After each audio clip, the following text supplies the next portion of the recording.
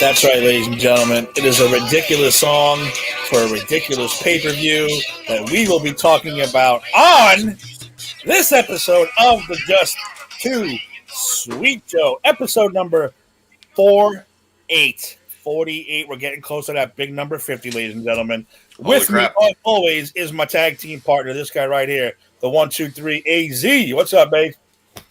Not much, man. Hanging out in the freezing cold up north where the skies are old. Dude, it was cold down here. With the wind blew, I swear to God, I was like, I haven't been cold in a long time. Today, I was freaking cold.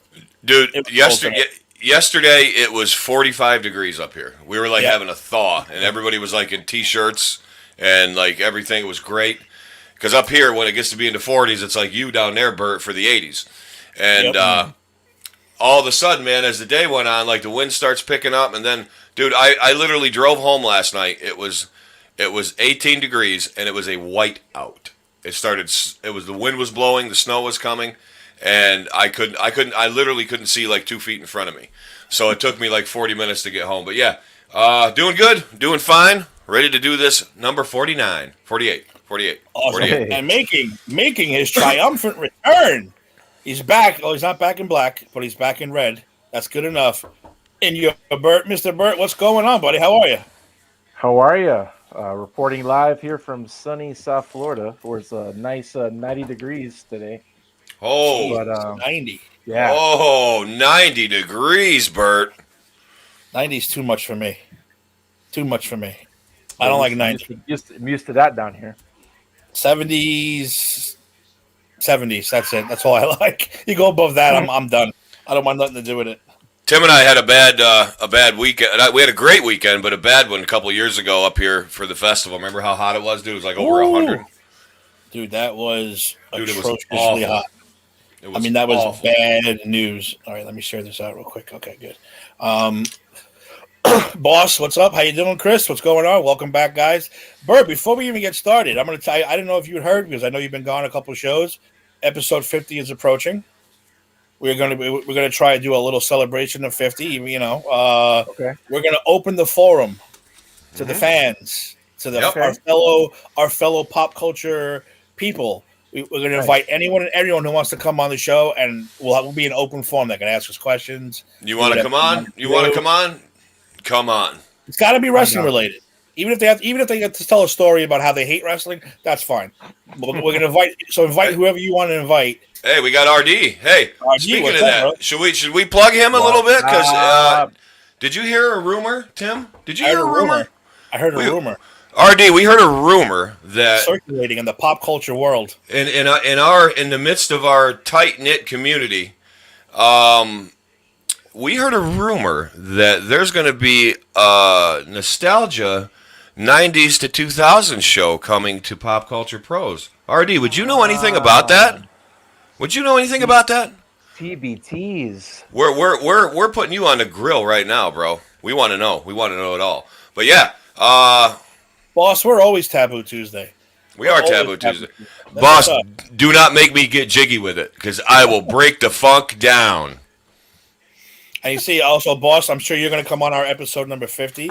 We're going to invite guys from Granny's Peach Tea. We're going to invite Jader and Kyle. We're going to invite Nardo and Gia and whoever the hell else wants to come on that day. We're going to invite everyone on for episode 50. Anything goes. It will be a free-for-all. Anything goes. Our Raul? Be a brawl for all? Brawl for all. Maybe we should get a couple fans. It's like a Royal Rumble of sorts of Just Too Sweet. We're going to have some surprise entrants. We are. You, my friend, just gave me a phenomenal idea. You. Just gave me a phenomenal idea. Well, both of you did. What we should do is have a guest come on for 2 minutes and then kick them out and bring someone else in. Let's do it. The next 2 minutes. Let's fucking do it. Come out, have someone else come in for the next 2 minutes. But listen. We put the counter. Maybe we'll make it like 3 or 4 minutes. So we'll put the counter up. Yes. So people can actually talk and not rush them out. But I think that's a phenomenal idea. Tim, please, I'm begging you. I am begging you with all that I am. please, can we have Bunker and the Boss on at the same time? Listen, Please. I'm gonna break down the wall for a minute. We're gonna go backstage. I'm gonna break kayfabe for a second. Okay, we're breaking kayfabe. I got a text from Mr. Bunker himself. Mr. James Bunker sent me a text saying he apologized that he missed the last couple of shows. He's been busy. I got it. He moved. I said, don't worry about it, Prude. You're all good. I said, but you must make an appearance on episode 50. And he said yes. So we should have Bunker on for 50. Oh, no. Good. Oh, boss. Let me throw that up real quick. I threw it up. Says I will absolutely be there, and I will be reaching out about a Michael Jackson appearance on the Put in the Book Show episode 100. Now, I can't speak for the ghost of Michael Jackson, but absolutely he will be there if you want him to be there for episode 100. And here's what I'm going to do for episode 50 of the Just Too Sweet show. Bert is going to play, or David's going to, because Bert and I danced, never mind. Bert and I are going to, David's going to play the music, and Bert and I are going to dance to Alex Wright for 1 minute straight. I love it. That's what I want. There's going to be no topic of conversation. It's going to be a complete, all-out madness on that show, episode 50. It's going to be... It's going to be so bad that we might have to kill someone for episode 100 to top it. I might have to kill someone on air or something like that. I don't know. Human sacrifice? I don't know. To quote legendary announcer Tony Schiavone, it's going to be the greatest show in history of all shows. Yes! Yes! Yes, Bert! Yes! Bambi, thank you, Bambi, for joining us as usual. Like I said, we want you on episode 50, Bambi. Make sure you can be there. Watching. Thank you for your support. You know what I'll do? I'll eat a live chicken on episode 50. How's that? Like I'll have the guy from the farm bring up a chicken, and I'll just start plucking feathers, and I'll do it. I'll take one. Whatever it takes. I'll take one for the team. I'll do it. Everyone's invited for that show. Everyone. I think we're going to Royal Rumble. Maybe we'll do 5 minutes because 2 is too quick. You're on for 5. We'll talk. We'll answer a question. Bam, you're out. Next person comes on for 5 minutes. We'll talk, answer some questions. Boom, you're out, and we'll just keep that going. These guys will dance for a minute. We'll have dance breaks. We'll have dance breaks. Bert and I will have a dance break. As soon as Dave throws up the Alex Wright tune, Bert and I will just start getting them funky. It's so good. It's so good. I love it. I absolutely love it. Isn't that great? And boss, who is this Mets awesome legend? Who is this Mets legend? Lenny Dykstra. That's a big tease. Well, he can't get Lenny Dykstra. He's in prison. Is it Keith Hernandez? A Mets legend? I think it's Lenny Dykstra. No, he's got a Facebook, man. I saw it. He posted a bunch of bad stuff. Bambi is not watching the same stream as I am. We can't team up against Eric today. What? Just because I got sick moves, bro? You jealous of my sick moves, bro? You know, Steve is jealous because he's like, if you ever watch Steve out on the dance floor, he looks like a broken robot. And when you look at me, I just look like a funky swan gliding across the pond. Hi, Bambi. Thank you. Nice to see you back. Thank you. Anyway, enough of this fucking nonsense. We got to get going, don't we? Yeah. So now we're teasing. Like I said 2 weeks. The greatest night in the history of our sport. Well, greatest night. This show, at least. Anyway, this show. It's going to be a frickin' free for all. It's going to be fantastic. A frickin' free for all. And before I already swore, dude. I already broke the. When it feels natural, I let loose. Okay. When it's natural, but I say frickin' a lot around here because. Oh, frickin'! Because you're in the. They gotcha. Yeah, so I say frickin' a lot. And I wish my kids didn't curse. my son does. I hear him through the wall playing Fortnite. And F this and F that. And, yeah. Yeah, so that's great. Raul, you're invited. Don't forget. Raul. Raul, you better be on here. Don't disappoint me, Raul. I will come down there and accost you and hold the phone up so you are. Wait a minute. What will be 316, boss? By the way, Raul may or may not. I heard a rumor that he is the proud owner of a Just Too Sweet T-shirt. Raul, you got one of our T-shirts? I don't even have a T-shirt. That's crazy. I told Bert, send me a shirt. Send me a shirt, and I'll make it and send it right back to you. By the way, I got to get my shirts sent to you also, and let me know what you want. So, will do. Well, yeah, that's the case. All right, so you know what? Before we get into our absolutely ridiculous pay-per-view of the week, which is In Your House 2, the Lumberjacks. That is correct. They threw up the colon on that for the Lumberjacks. Isn't that a semicolon, or is that the one that has the little thing on it? I don't know, dude. I don't know either. I have no idea. I don't do math very well. Yeah, I don't do anything very well like that. That's why I graduated so long ago. Well, we graduated together. That's right. We graduated together. You know, Nice. I get told I'm an old man every day. So just let it slide. Oh, episode 50 will be on 3/16. What a great coincidence! Oh my God, that's gonna be fucking. That is gonna be the greatest thing ever. So we're gonna be. You know what that means now? You know what What's that that means? We gotta What's get that mean? Just Too Sweet 3/16 shirts have to be made. They got to be made. They Son of got a to be made. Bitch, I gotta go on Amazon now and look at t-shirts. I'm gonna grow a goatee just in honor of that. You should. Everyone should now. Well, but you're getting your beard back there, bro. Don't make me start teasing you again. Nah, it'll be. It's coming. It's coming in. It's not as bad as before, but it's coming in. Bird, if you had a wink. So yeah, it was a colon then. Bird, if you had a flannel shirt and an axe, like you'd fit right in up here. Like, and you had like a loud, like diesel douchey truck. I'd be a real man's man. You would be well. They think they are, but they're not. See, look at these great ideas. We got the rattlesnake. We got someone has to scream, "Oh my God, it's a rattlesnake!" Like JR. Chris wants us to drink beer on the air. I mean, that's fantastic. He wants me to get. We have to drink specifically Broken Skull IPA, which I heard is actually pretty good. How the hell do we get that though? You can buy it online. Eric looks Wait a minute. Put that up, Tim. Put that up. Wait. Look at the boss too. Graduated together, but you were 20 years older than Tim. Oh, you know what, boss? If you retained these looks at my age, you just feel grateful. Eric looks human with a beard. What the fuck is it with facial hair in me? Why does everybody fucking want me to have facial hair? Because it looks good.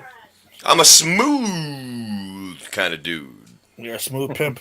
I'm a smooth pimp. I can't believe I just said that. Oh, shit.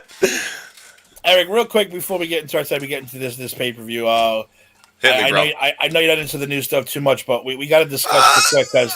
I've been watching. Well, no, I'm just saying this is again, every week we're complaining, and here's another reason to complain. Me and Bert were just talking about it. The Miz cashed in his Money in the Bank just a few short weeks ago to win the World Wrestling Federation title, only to lose it last night, 2 short weeks later, to Bobby Lashley on Monday Night Raw. He lost it to Bobby Lashley? He lost it to Bobby. Who'd he win it from? McIntyre? He got squashed. Oh yeah, Miz cashed in at Elimination Chamber.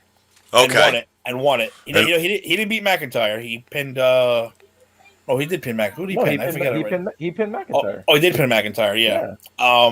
This is McIntyre was done in the Elimination Chamber match. Yeah, you're right. All right. So now, fast forward 2 short weeks later, he loses it on Monday Night Raw to Bobby Lashley. And did he annihilate him? Yes. Clean, like he beat him by submission, like clean. Oh, really? Okay. Yeah. Put him in a full Nelson, basically. Really? He calls it the Hurt Locker, the Hurt Lock. That's pretty cool. I like that. Lashley's a big dude, man. Now, again, we have no problem with Bobby Lashley being the World Heavyweight Champion. I really don't. I enjoy him as a heel. I enjoy him with the Hurt Business. But why have him win the title now only to probably lose it back to Drew McIntyre in a few short weeks at WrestleMania? These are the problems that we're always discussing. I mean, that's what I'm thinking is going to happen. Do you think now? Hear me out here, okay? I'm gonna lay something out for you.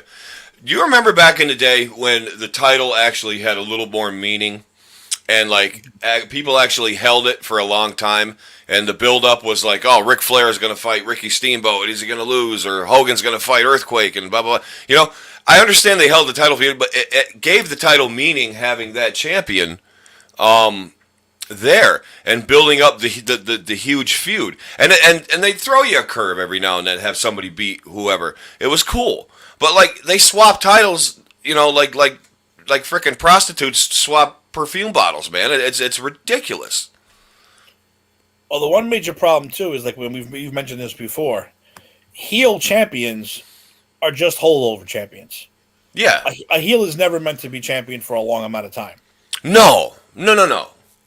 No. That's a transition period. Yeah. Heels are transition. That's all they are, and it's a shame. Except maybe Flair. Flair might be the only exception to that rule. That they're Flair could do it because he was kind of like that first.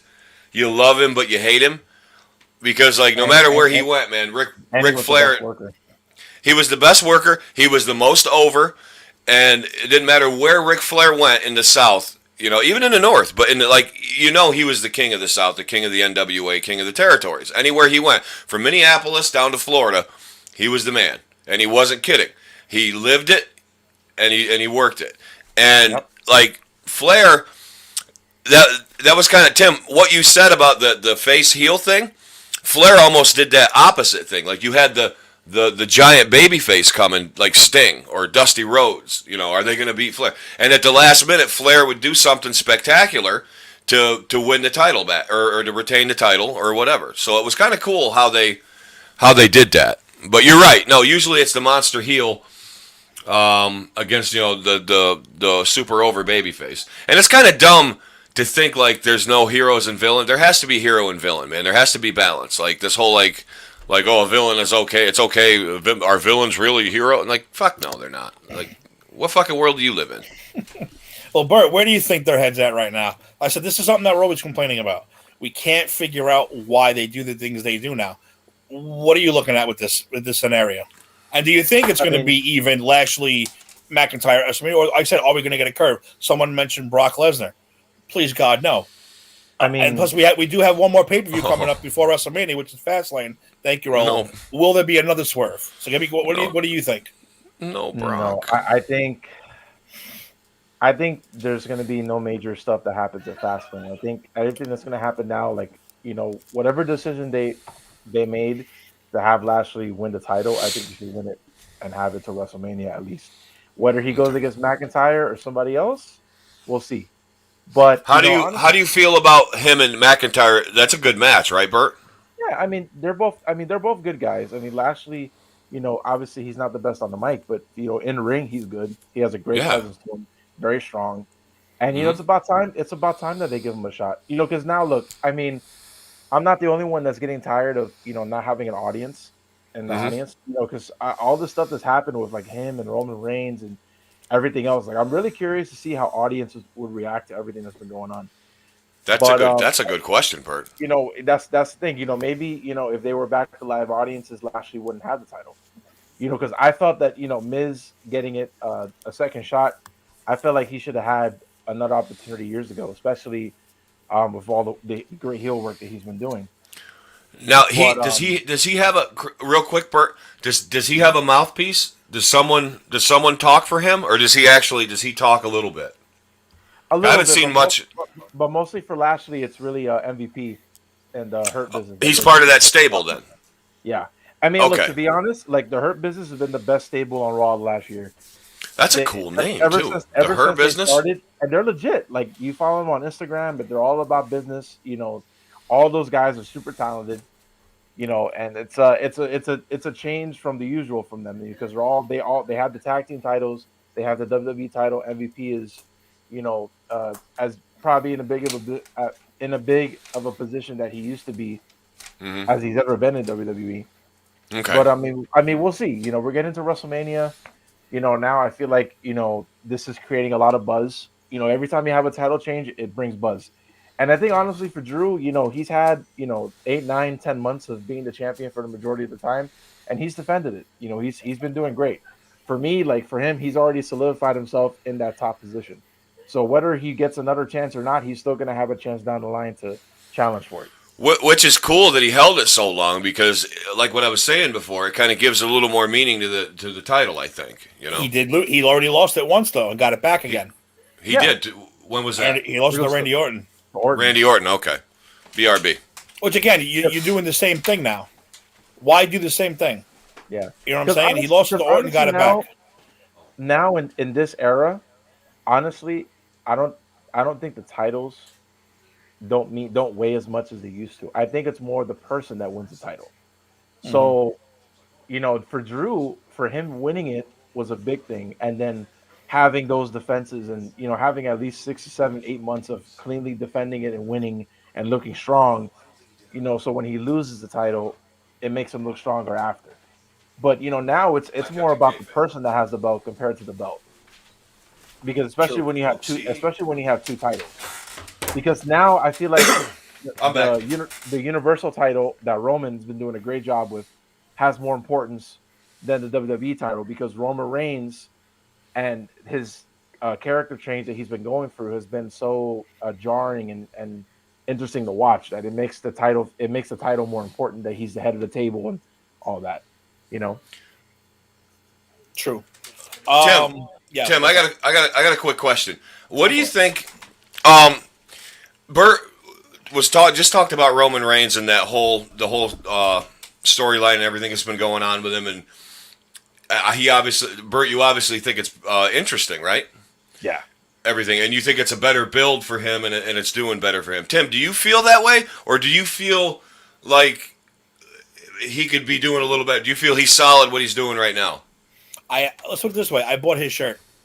That's how much I dig what he did with the change. Absolutely. And like I said, when he's not talking, he's letting Paul Heyman do most of the talking. But he's still talking a little bit. Yeah, but when he does talk now, you feel it. You feel the like that promo. It's got a little more meaning than it did before, right? Yes. Like that promo he cut with Edge, when he put his hands behind his back and went up to his ear, was like, "Oh, like if you challenge me, I'm gonna destroy you." Like that kind of it makes it legit, because that's the thing about Samoans, man. Samoans, Eric knows they're fucking legit. Like with them, they're the toughest SOBs out there. And Roman, for me, this is. If he would have done this sooner, it would have been better for him. Because it's like, it's not being force fed. It's not like, oh, he's beating 5 guys at once, or he's, defeating this guy when he doesn't need to. Everything that he's done up the last 6 7 months has been earned. I feel that he's doing a lot better, and he's getting a better reaction. And like I said, or like I mentioned before, Bert, upon what you mentioned about the live crowds coming back, I think that's now. Honestly, I'll ask you both. Since there hasn't been live crowds, and since there's been a lot of interesting things that have been happening in wrestling, like for the better in the I mean, I know Meltzer shits all over the WWE, but fuck him. Do you feel that with the slow introduction of live crowds again, do you kind of think that these angles and the dynamic, because wrestlers, as you know, and as I know, because I was one, they feed off the crowd. I mean, a lot of things. I don't care how much the producer. I mean, everything's overproduced and everything's written. Like when I was doing it, like we only went over a few spots in the back. Everything else we called in the ring, and we were expected to use our personality out there, to express our outward personality. So. Do you think like these guys are going to be like opening up this big wave, like wow, a crowd again? Like it's gonna create some cool things, I think, for some of these guys. Do you guys think so, or? Yeah, for sure. I mean, look, if you're a true professional, you can work without a crowd or with a crowd. Yeah. So it doesn't matter, even with 5 people or 10 people, or compared to 10,000 people or 20,000 people, you can work a crowd either way. Dude, I've worked with dude. I'm telling you, I've worked in places. Like, there was probably 35 people, but they were fucking into it, man. And I gave them everything I could, Don't forget, at the Performance Center, these guys all train with nobody. Only their fellow wrestlers. And you got to get over with them. Dusty Rhodes was in charge of that for a long time. The promos, you had to get over on Dusty. You didn't get over on Dusty, you didn't get over at all. And that was the end of that. Who does a better promo than Dusty? I mean, give me a break. Yeah, he's the king of the... Yeah, because he was in charge of it all. If you ask all these, especially the women, he seemed to have a good relationship with all the women. Your Sasha Banks, your Alexa Bliss, they all Becky Lynch, they all quote Dusty as being, Paige especially too. They all quote Dusty as being the reason that they could talk and the reason they can cut promos and stuff, because he really worked with them. He gave him that confidence. Yeah, so. I mean, I'm interested to see how the crowd would react to Drew McIntyre. and really Roman Reigns. I mean, they were looking for a reason. But see, knowing the WWE crowd, mm-hmm. and how fucking fickle they are now, they'd probably love Roman Reigns right now. They'd probably be cheering him to the point probably. Where, like, Vince, we gotta turn him back face. He's gotta go back face because they love him. It's like, no, asshole, that's not the point. You're not supposed to turn him back face. Leave him the way he is. You turn him face, everyone's gonna turn on him again. Can we just acknowledge real quick that Vince McMahon looks like a fucking reptilian? Like, what the hell is he trying to do? It's that makeup. It's that billionaire I'm gonna get Botox. I'm gonna look like I'm 45 forever. It's the surgery and the HD makeup that doesn't help. HD makeup? What the hell is that? Because of high definition TV and 4K and all that shit, you got to see. I've seen it because I work in the. You work okay in the ABC studios. They cake this shit on so much because it's HD. Yeah. No shit. You see every fucking wrinkle and dot when they speak and they're doing the news. So they cake on so much makeup that it's ridiculous. Wow. So good thing we're not in 4K. I mean, Vince is old and he still keeps in shape physically. Well, let's be honest. For like a nearly 80-year-old man, he doesn't look terrible. I mean, not at all. But you can see that he's used his billions over the years to try to keep himself whatever, and eventually your cells break. I'm not going to get all Bill Nye here, but like your cells are going to break down, man. And no matter how much fucking silly putty you shove up underneath your eyelids, I mean, you're still going to look like a chud. You know, he's starting to look like a Marty Krofft puppet. Are you guys? Like from the fucking Land of Confusion video with Genesis. I don't know if any of you youngsters know what that is. Look it up if you have to. But that's what it's starting to look like. Vince R. Puffin stuff. Yeah, exactly. Fucking Lidsville. All right, let's move on a little bit. Bert, since you've been gone, I wanted to ask you real quick. Have you watched Young Rock? Yeah, I caught up on the first 2 episodes. Love it so far. Okay, I was going to ask you if you liked it or not. I mean, anything with The Rock, I'm always down to watch. I really love the attention to detail with the whole like Samoan culture and the wrestling culture at the time, with the stuff with his dad, with all him being friends with all the other wrestlers, and they don't shy away from the business aspect of the wrestling business. Especially in the second episode where like we just talked about how Rocky Johnson, he tried when The Rock was trying to impress that girl. And then he took it to the flea market that where his dad was working, and then she ended up loving it. Like, it was awesome. Like, I love it. Yeah, I love the whole, like, flashback kind of thing that he's doing, this whole, like, run for president type of thing, which is kind of a shoot, if you think about it, maybe. In a couple of years, maybe he'll decide to do that. Because The Rock, honestly, he has a great tequila, awesome, good actor, guys in everything. He can't do wrong. And I think the show has been really good so far. Yeah. Are you caught up yet? Did you get a chance to catch up yet? I have. Tell me one more time. NBC Tuesday. So like tonight. It wasn't on last week. Okay. Right. It wasn't on last week. And then if you have Hulu, it's on the next day on Wednesday on Hulu. Is it on? So Young Rock is on Hulu. Yeah, because NBC they carry all the shows on Hulu. Really? So the next day after it airs, it shows up, and then you can watch the old episodes. Right. So right now, there's old episodes of Young Rock on Hulu. The first 2 episodes. The first 2 episodes. Okay. And look, I will have to. I'll give you the synopsis for tonight.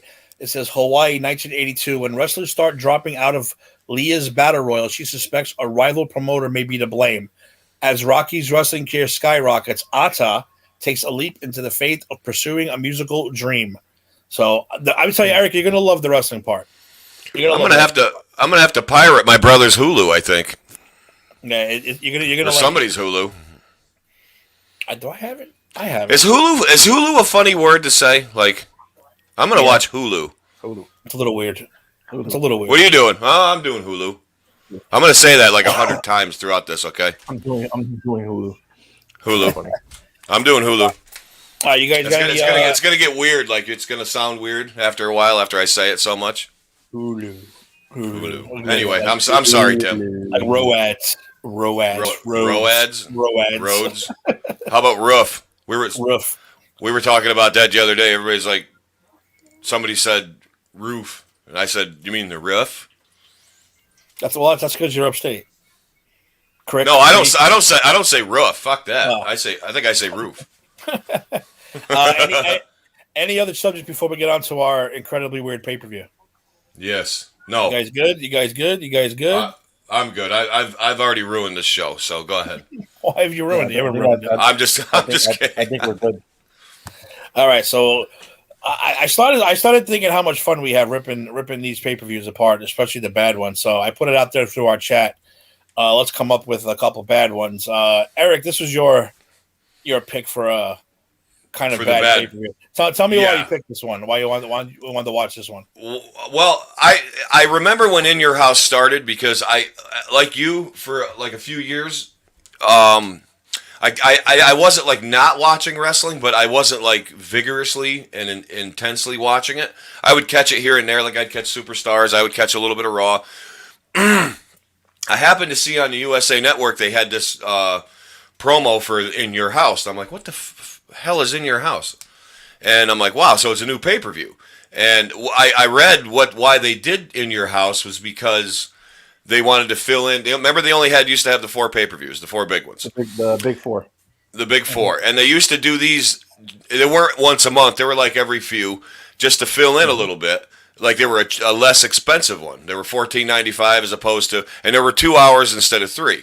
What am I, an encyclopedia? So anyway, I saw this and I was like, wow, this is cool. Then I saw that like Sid was going to fight Diesel. And I'm like, wow, that's cool. But then I forgot about it, whatever. Diesel. So then, Tim, what was the question again? Why did you pick this pay-per-view? Oh, why did I pick this pay-per-view?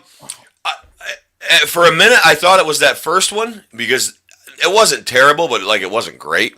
But I'm kind of glad that I messed up and I picked this next one because this one, to me, I mean, while it's a solid card, and I know you're going to go through the card, I know, but it's like, you know, it just, I mean, as far as train wrecks go, it's not like an Amtrak going off the rails. It's kind of more like one of those old timey locomotives, like falling off the bridge kind of thing. You get my metaphor? Mm-hmm. So, I mean, you know, men on a mission, Bam Bam and Henry God, come on. You know, I mean, while it's cool, it's still, I don't know. I picked this one because I figured, you know, this is the second one. Almost like not a rerun of the first one, but it's like they're trying to squeeze all this stuff into a 2-hour pay-per-view for $15. I don't think that makes sense. This was at the height of the click. So you're always expecting the click to be forefront and winning all the time, but half of them lost. Half of them lost in this pay-per-view. And why does Razor? And has Razor ever? Have you ever seen Scott Hall shoot? He goes, "Look, we did what's best for business. We didn't care if we won or lost. We did what was best for the business because that's what you do as a wrestler." So and best for business was losing to Mo and Mabel. Oh my god! Well, and he teamed with Hey, he teamed with my man. He teamed with my man. My man. My man was his partner. Yeah. Orale Baricua. Oh boy! All right, let's get into this card then. In Your House too. It was July 23rd, 1995, in Nashville, Tennessee. Hence the ridiculous opening song that we played real quick. Yeah. The fact that Jerry Lawler and Vince McMahon are wearing cowboy hats and vests, and it's just complete ridiculousness. I mean, all right. Yeah. And how about like they're not even like in Texas? I mean, do people in Tennessee wear cowboy hats? I don't think there's any cowboys in Tennessee. They're all like I don't think they all wear like dirty. Well, they all wear like dirty wife beaters and like backwards Mountain Dew hats, and you know they all. I don't know. They're all like do that 2-liter bottle meth. I don't know. Mountain Dew. So I will have some Mountain Dew. Mountain Dew. I like Mountain Dew. But the big thing for this pay-per-view was it wasn't even a match. I don't think. I think the big plug was the fact that Jeff Jarrett was going to do the first live performance of his hit song. What's the name of the song? We all know it. With My Baby Tonight. That's right. So that was the big thing that they were promoting throughout this entire thing, which I thought was hysterical. And he's from Nashville, so is that why this whole thing was kind of built? Was it built around him? It was built around him. Yes. And we're going to get to the irony in a minute here about that, right, Tim? Yes, we are. Again, I got to figure this out because I think I'm making up storylines in my head because I don't remember half of this shit. Well, that's all right. Go with them. I make stuff up all the time, and I think it's real. All right, so let's get to this fun filled. We'll start with the dark match, of course. I love starting with dark matches. Actually, there's more than one dark match. There's two of them. You know what? And they don't even put it on. Very good. They don't put it on the network. Why don't they put it on the network? Because it's a dark match, Tim. Well, two of the biggest stars were in dark matches, right? Which is completely ridiculous. One was a fucking casket match. Bret Hart. Hey, Bret, we got to put you on the dark match, brother. Wrestled Jean-Pierre Levedite in a dark match. Bret Hart in a dark match. What happened there? Carl Ouellet. They were trying to push Carl Ouellet over, and he was the Quebecer, remember? Yeah. And they thought that he and Bret, because Bret actually pushed for it, I think, because he liked Carl Ouellet. Of course, he's biased because they're Canadians. I don't know. Canadians have some weird loyalty. Canadians support other Canadians. They support other Canadians. Yeah. So, very they are. That's that bacon maple syrup thing. So, but I don't understand why, like you, Tim, like this is a potential main event match anywhere. Bret and this guy, and especially the other dark match was what, Tim? Skip defeating Aldo Montoya. Oh no, there's another one too. There's another one. It's Undertaker. There's another one. Undertaker defeated Kama in a casket match, dude. They put a fucking casket match on a dark match. I don't even have that listed here. I didn't even see that. Yeah, I got it right here. It's on Wikipedia. It was actually the last match because they have the results all in order from start to finish on here. So. Oh, there it is. Yeah. Kama Mustafa. Mustafa. But again, why not show that on the network? Why are we not getting these matches? That's ridiculous. Well, for real. They probably did that for time because of the Jeff Jarrett stuff. Well, not only that, I mean, you want to watch the Roadie and the 1, 2, 3 Kid over Undertaker and Kama? I mean, give me a break. So Undertaker and Bret Hart, the two biggest stars, not in the clique, I should say. Yeah, are in dark matches. Wow, that is absolutely ridiculous. Wow, it's dumb. And a casket match too. A big gimmick match. A big gimmick match, which would have been cool to go over like in the South, because they're probably like, well, what's he putting in the box over there? There we go with the South. He put him in a live casket, fella. Is he putting him in a wood box, Martha? Is that third fella going in there? Like that for my life. my God, that looks like the one we buried Grandpa in. We should always put a disclaimer that we will offend the South, because we always do. We do beat up the South quite a bit. It's too bad. I have nothing against the South. Nothing. I have nothing against Southerners. I have nothing against the South. Not bad in professional wrestling history. I got nothing against it, man. If you want to marry your cousin, go right ahead. Hey, they were the last ones to have kayfabe, so let's not knock them too much. I think they still have kayfabe. They probably kept it alive too long. but Jim Cornette can't even walk through the South anymore. People still hate him. Sam says Eric always hear his voice in his head. All right, so I mean, I would to make of that. But Bret Hart won that match. He did, and so did Undertaker beat Kama, right? Yeah. Yeah. Because it says here that match was the, what the hell did I do here with the Yahoo? 15 minutes. Okay. That was a 15-minute dark match. It was a 15-minute. It was the longest match, so they saved that one for last. And that was the longest match on the card. That was the Broadway. That was a Broadway casket match. That's crazy. Isn't that fucked up?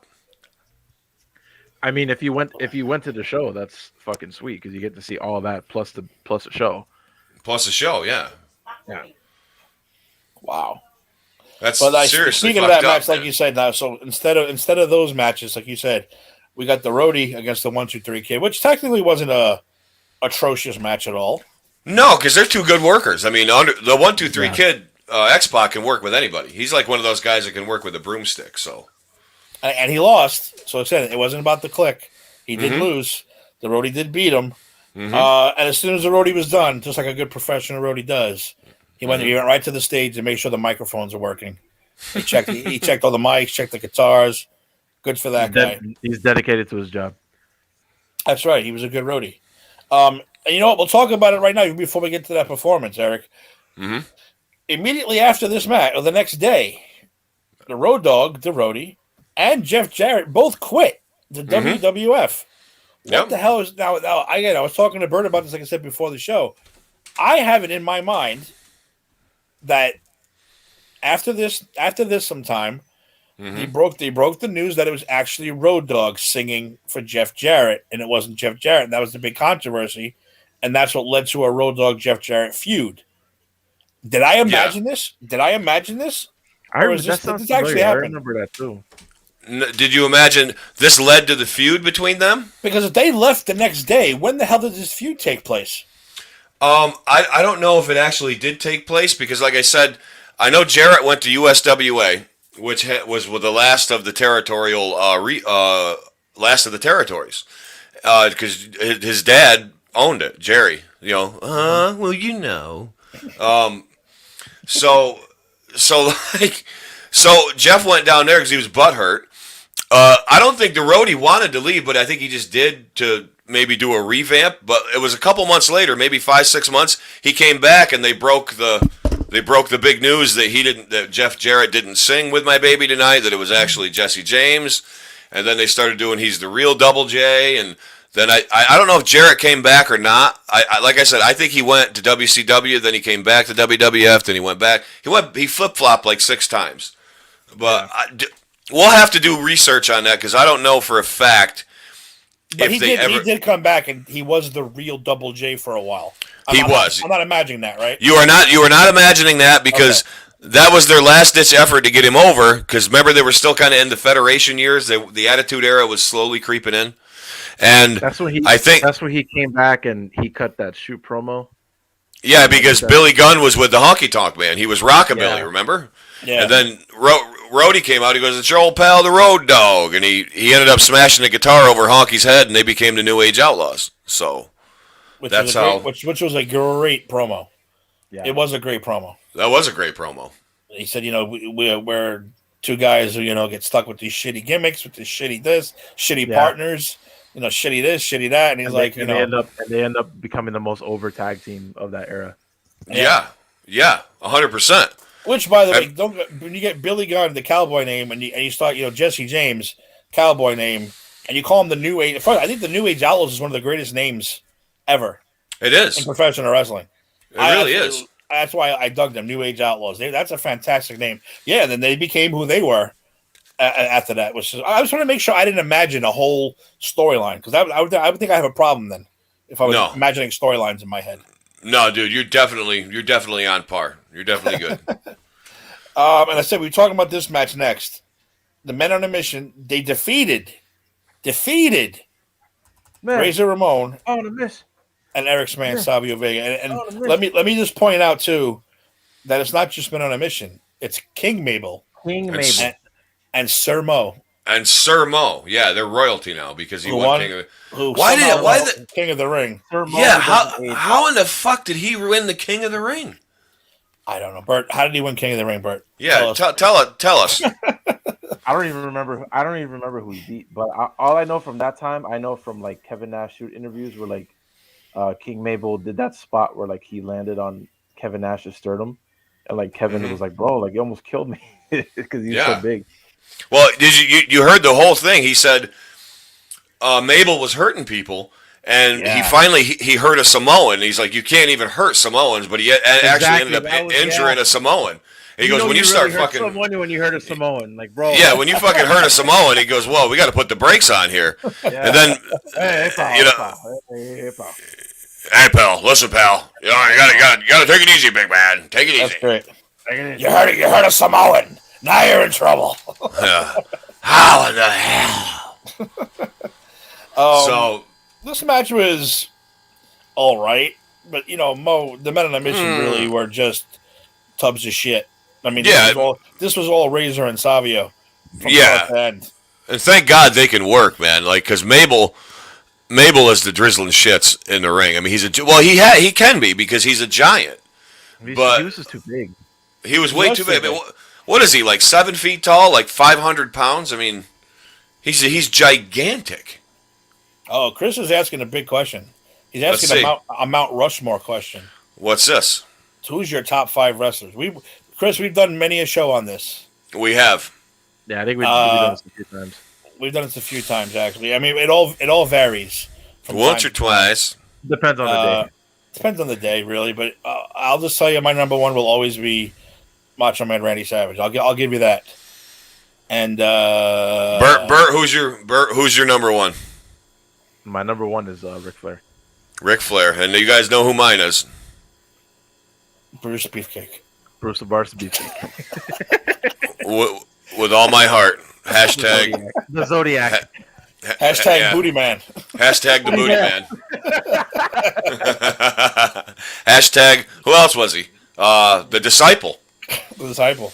Jesus Christ. Poor fucking guy. I've never been here before. Who am I? I still love that. I can watch that every day and laugh every time. Oh man, he's such a like your favorite promo. It is. It's the greatest promo ever. Brutus Beefcake. Even better than cream in the crowd. Brutus Beefcake is the biggest pile of shit I've ever fucking laid eyes on. Fuck him. Fuck him. I can't wait to meet him and tell him that. Good. I'm going to go to that signing. You are going to go and tell him. I'm going to take a picture with him, and I'm going to turn the camera on and say, "Can you say something to my friend Eric? Because he thinks you fucking suck." Do it. Tell him that. Tell him I'll fight him. That'd be fantastic. It would be.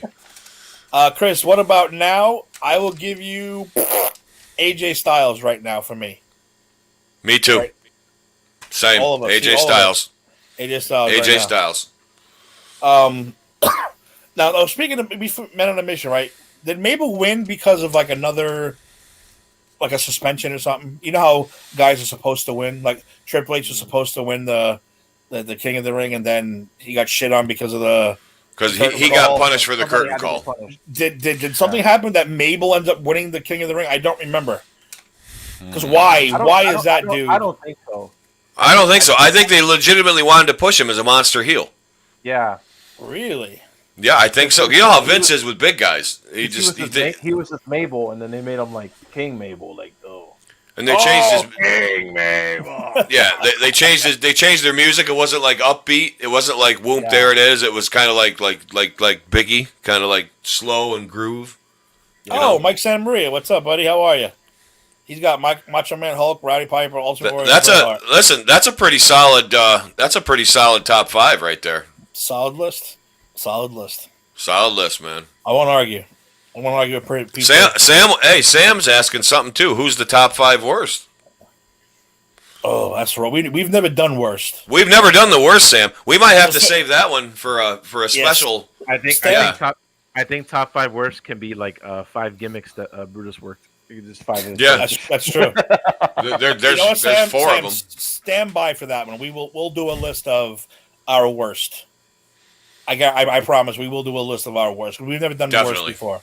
We've tried it at night, but we all know Brutus is at Eric's probably 1, 2, and 3 spot. He's such a douchebag.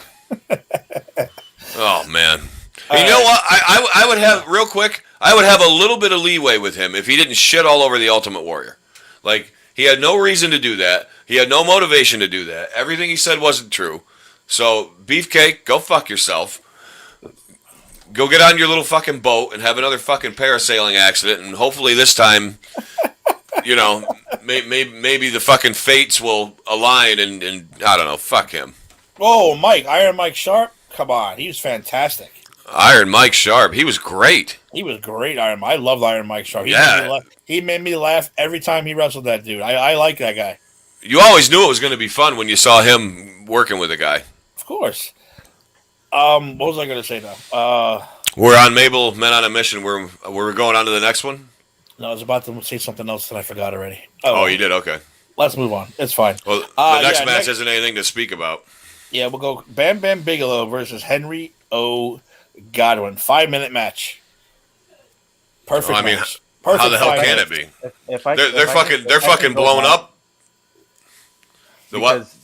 I just say if I can go back and change one thing for the way they booked Bam Bigelow during this time, because I feel like in the WWF he never got booked correctly, because he was always like, because Bam Bam Bigelow, like, honestly, was one of the best big workers. Like, he really was very, very athletic. I mean, but in the WWF for some reason he never popped. Even though I know he did the main event against Lawrence Taylor this same year at WrestleMania 11. And in WCW and ECW, they always kind of booked him the way he should be, like a monster. Especially his stuff in ECW with Taz and all that. But, in WWF, he was kind of like cartoony, even though that was, the time. But, like, I just feel like he got the short end of the stick in WWF. But, especially. Tim, speaking of that, Tim, do you remember when we were younger, when he came in as a super face, like in like 87? Who? He was Bam Bam. Oh, yeah, Bam Bam, yeah, when he first came in. All the managers wanted to, like, who's going to be his manager? And yeah, he picked Oliver Humperdinck, which was horrendous. Oh, that's what ruined the whole run. That's what ruined the whole run. I remember him coming in, the biggest free agent in the world, the new great, and he's like, I'm going to pick Oliver Humperdinck. It's like, what? No one wants to keep saying Oliver Humperdinck over and over again. No. I mean, come on now. That's ridiculous. Chris, Hogan, Flair, Austin, Goldberg, and Sting. Take Goldberg off that list, please. Take Goldberg out of that, yeah. Nope. Please. Hey, it's his list, man. Okay. It is your list, but it is his list, but it's his list. Guys, I can't get on the Goldberg train, man. No, me neither. I never will. What's the line? It's like, I told Bill before the match, don't hurt me, Bill. Nope. Don't hurt me, Bill. What did he do? He hurt me. First thing he did was hurt him. He didn't fare so well when he got in with Regal, did he? For those who haven't watched before, hashtag Grumpy Brett. We do this all day. All day. He didn't do too good with Regal. Chris, he was not good in 98, Chris. And I'm going to tell you why he wasn't good in 98. Because he had 3-second matches, 4-second matches, 2-minute matches, all the same shit over and over again. But when he got in there, like Eric said, with the Regal, who beat the living shit out of him, you'll see like the real Goldberg. It's not his fault either. It's not his fault. They rushed him into it, and he was not ready. He wasn't ready, and I think that whole gimmick was 10 years too late, because had they done this in the early 90s or late 80s or even 91, where that kind of shit went over better, I think he would have blown up to whatever. But and he did blow up, and they really pushed him, and he garnered them a lot. But he went down as fast as he went up, because when Nash beat him, it was over, man. It was just. Mm-hmm. And he wrestled in imaginary house shows every single night, because he went from 10-0 to 65-0 in a week. And then the next week he was 114-0, and Tony Schiavone's like, I can't believe this is the greatest record anyone ever has. And like, Bill Goldberg is 153-0.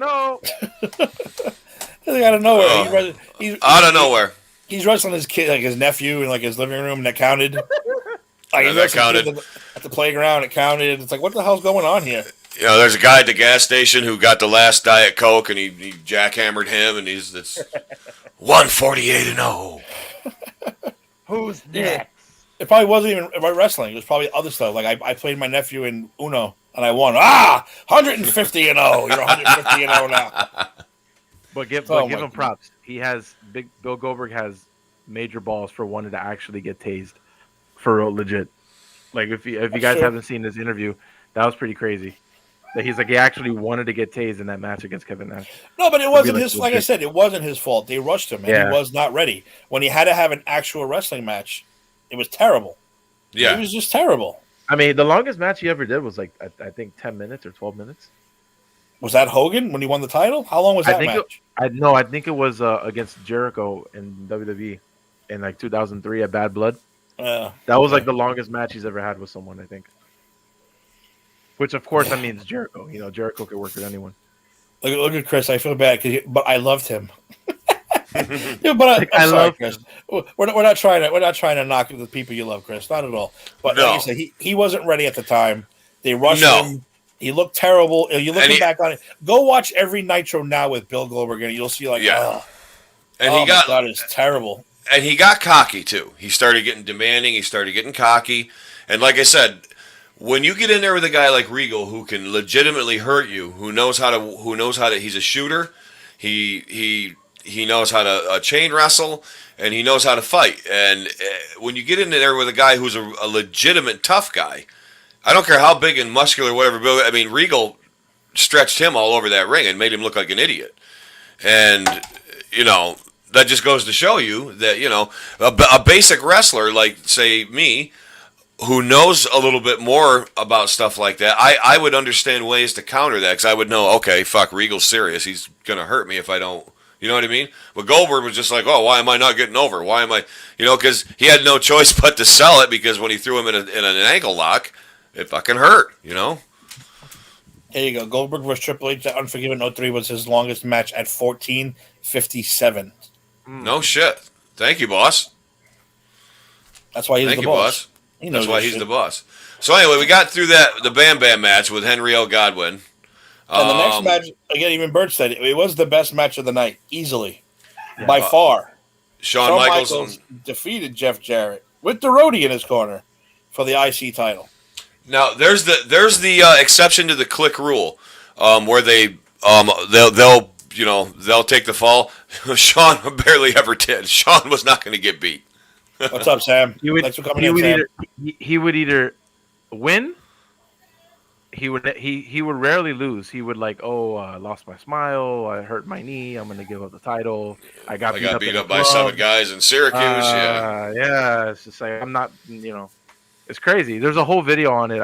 If you guys haven't seen it on YouTube, where this guy basically breaks down all the Shawn Michaels' title wins and losses. But he it's like that. It's like that meme. It's like a meme. You can't lose a title if you give it up first. Exactly. That's true. I mean, let's talk about it. I mean, look, during this time, people, like us, that knew everything that was going on, very much, click heavy. The guys, they had a big grip on the rest of the locker room. But like Eric and Tim mentioned, guys like Undertaker, Bret Hart, Yokozuna, these were guys, Bam Bam Bigelow, professionally or personally, they may not like the person, but if you could work, they're gonna work with you.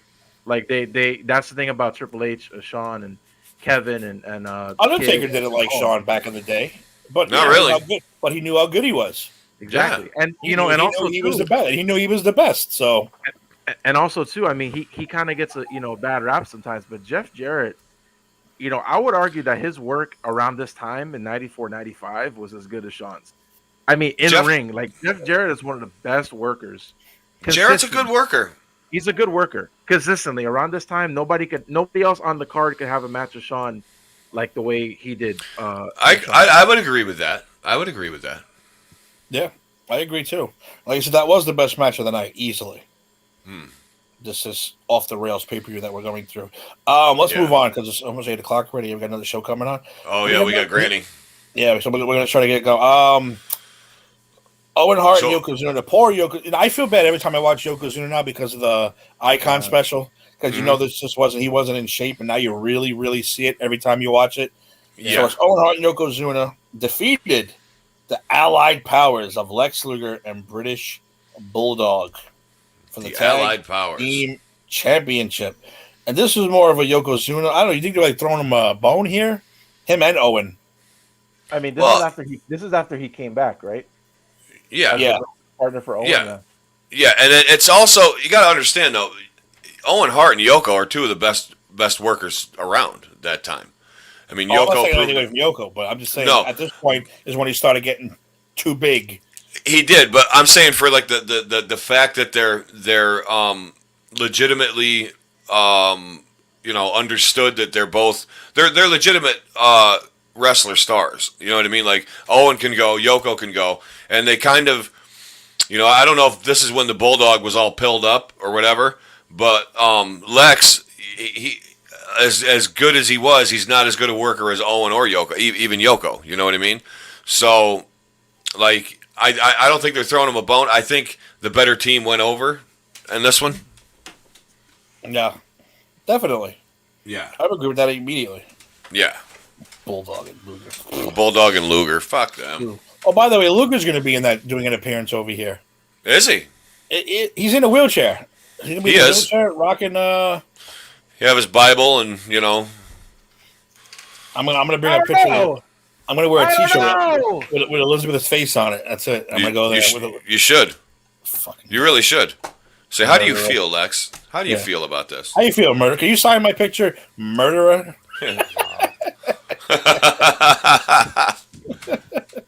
I murdered Elizabeth. Signed. I murdered Elizabeth. Jackass. Sorry, I killed you, Liz. We're mean. All right. Yeah. Well, that's true.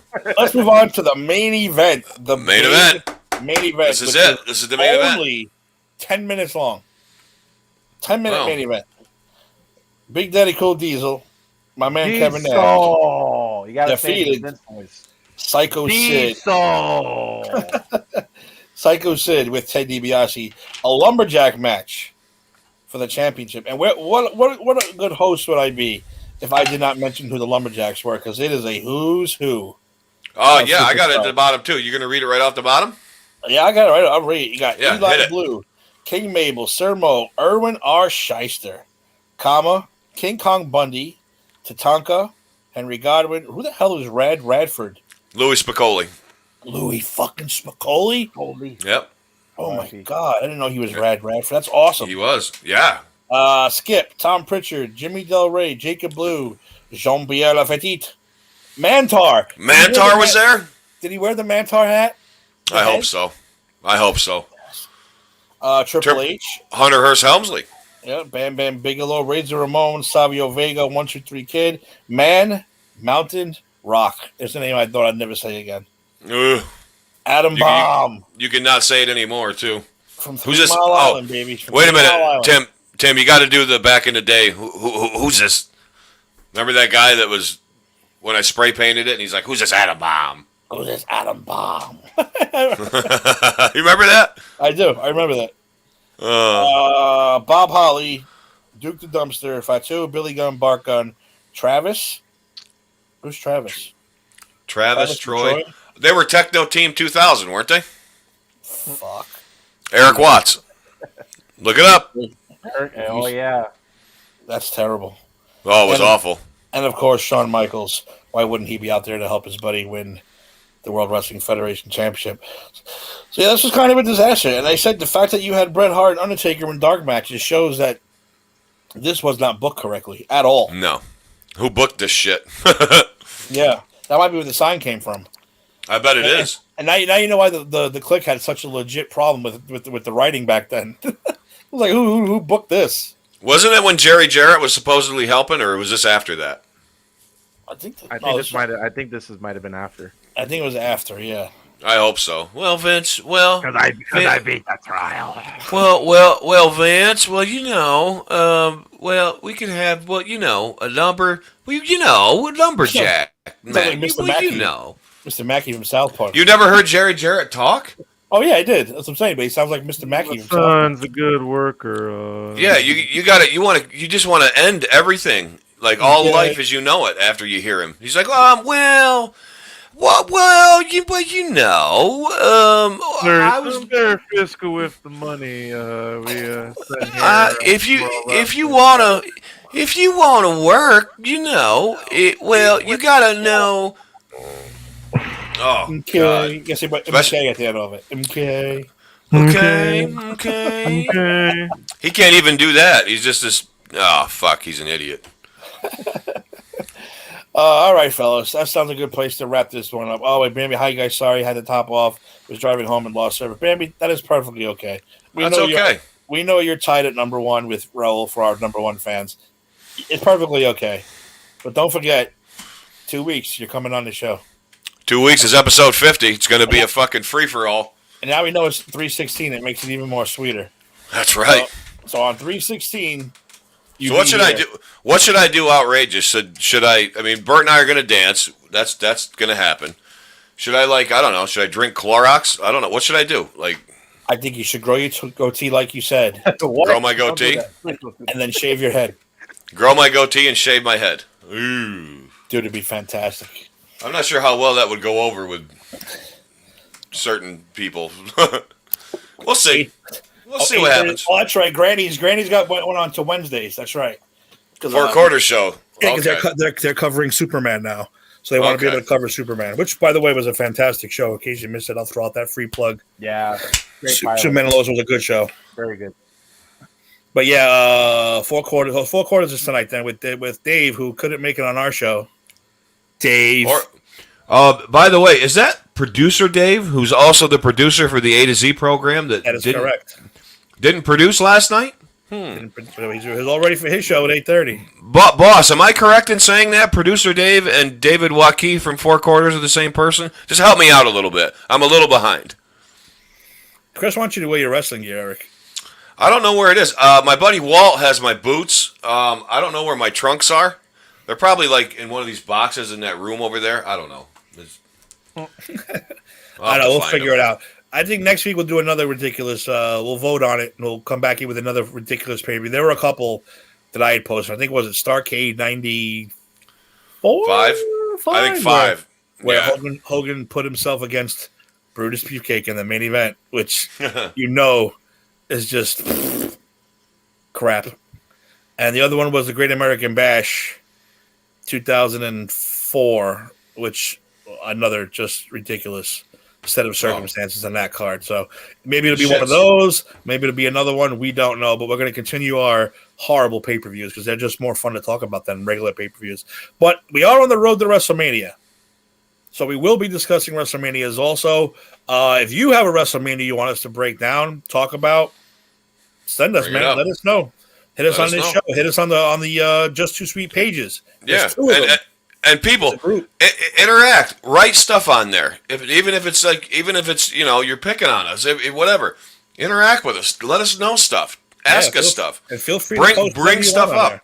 There. Yeah. Post things. We are friendly. Post a picture of Bert when he's finish that sentence.